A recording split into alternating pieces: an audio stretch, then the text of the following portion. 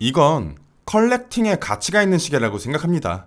빌런입니다. 이번에 리뷰할 브랜드는 쇼파드. 이 쇼파드라는 파인 워치메이커의 시작점이 되는 모델을 가져왔습니다. 보는 것조차 쉽지 않은 LUC 1860입니다.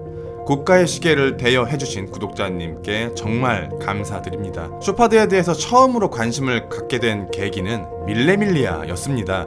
작고 얇으면서 저렴한 레이싱 크로노그래프의 선택지가 거의 없는데 구형 밀레밀리아가 38mm였거든요. 모카 까레라와 더불어 비교적 저렴한 레이싱 크로노그래프 중에 하나였습니다. 그 당시 200만원 정도였던 걸로 기억하는데 현행 밀레밀리아는 지금 1000만원이 넘어갔죠. 그 후 인제니어와 종종 비교가 되는 알파인 이글 역시 리뷰했습니다. 이건 곧 2000만원에 근접하고요. 쇼파드가 다양한 라인업을 갖추고 꾸준히 시계를 찍어내는 브랜드가 아니기도 하고 또 LUC의 존재 때문일지도 모르겠지만 유독 가격 상승의 폭이 아프게 다가오는 것 같습니다.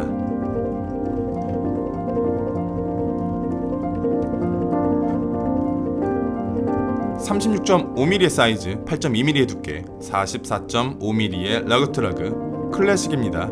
25,200달러, 현재 환율로 3,700만원이 조금 넘습니다만 한국의 리테일러를 거치면 실제 구입 가격은 조금 다를 수 있습니다. LUC 96.40 오토매틱 65시간의 파워 리저브 트윈 배럴 루센트 스틸. 시계 브랜드를 종종 워치메이커라고 표현하기도 합니다. 파텍 필립이나 롤렉스 같이 만인이 인정하는 수준 높은 워치메이커를 파인 워치메이커라고도 하고요. 말 그대로 괜찮은 시계 제작자입니다. 저는 그래서 이렇게 생각하고 있었어요. 좋은 시계 브랜드는 시계를 잘 만드는 곳이다.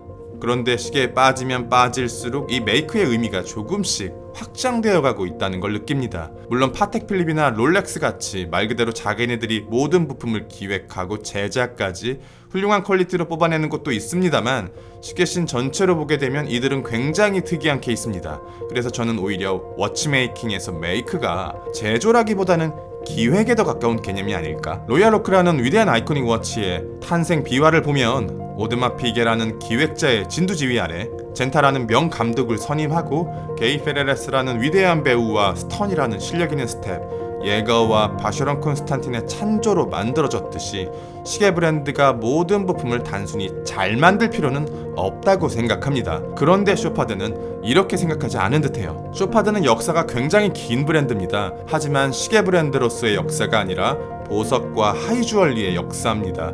물론 시계 브랜드로 시작한 것은 맞지만 워치메이킹에 있어서는 굉장히 긴 결핍이 존재해요. 진지하게 시계씬에 뛰어든 시기는 1990년대 후반부터입니다. 짧은 역사와 헤리티지로 비평받는 위블로조차 1980년대에 시작되었거든요. 이 결핍 때문인지 쇼파드는 워치메이킹에 마음을 먹는 순간부터 뭔가 다르게 시작했습니다. 프로젝트명 인디펜던스, 1996년부터 파르미지아니와 장 프레드릭 듀포, 현재 롤렉스의 CEO입니다. 이 둘에게 무려 3년이라는 긴 시간을 주면서 얇으면서도 강해야 한다라는 철학 아래 위대한 무브먼트에 비견될 만한 쇼파드만의 자체 무브먼트 제작에 돌입했습니다. 그 결과물이 바로 LUC 1.96이고 그것이 처음 들어간 모델이 바로 1860이며 이 모델이 1860의 후속 혹은 복각입니다. 언뜻 보면 하이엔드급 드레스워치에서 사용될 만한 작고 아름다운 무브먼트입니다만 조금 더 자세히 들여다보면 몇 가지 독특한 특징들을 가지고 있는 것을 알 수 있습니다. 랑의 1815도 그렇고 바셔런 콘스탄틴의 트레디셔널도 그렇고 제가 리뷰했었던 하이엔드 드레스워치는 핸드와인딩 무브먼트 기반으로 만들어지는 경우가 많았었는데 이건 오토매틱입니다. 거기다 마이크로 로터에 더블 배럴로 긴 파워 리저브, COSC 크로노미터 인증, 제네바 실까지 받았고 스완넥 레귤레이터로 낭만을 챙겼습니다. 보이지 않는 곳까지 페를라주로 채워져 있고 모든 브릿지는 둥근 앵글라주를 가지고 있습니다. 그리고 모든 나사에 베벨링 작업이 되어 있고 심지어 스완넥 레귤레이터의 모서리마저도 베벨링 되어 있어요. 모든 구성 요소의 모든 표면에는 폴리싱, 브러싱, 솔라리제이션 혹은 제네바 스트라이프로 마감되어 있습니다. 얇고 튼튼하면서 길고 아름다운 정확한 오토매틱 무브먼트입니다. 그러면서도 고작 3.3mm밖에 되지 않아요. 다이얼은 다이얼 제작 전문 업체 메탈램에서 만들어졌습니다. 필립 듀포의 심플리시티 다이얼을 제작한 것으로 알려져 있는 메탈램에서 만든 살몬 색상의 다이얼로 헨즈홀이 아닌 브랜드명을 시작으로 퍼지는 연꽃 모양의 기요쉐, 화이트 골드 소재의 도핀 헨즈, 스몰 세컨즈, 화이트 골드 기요쉐 라인을 건너 화이트 골드 시간 마커와 분 인덱스.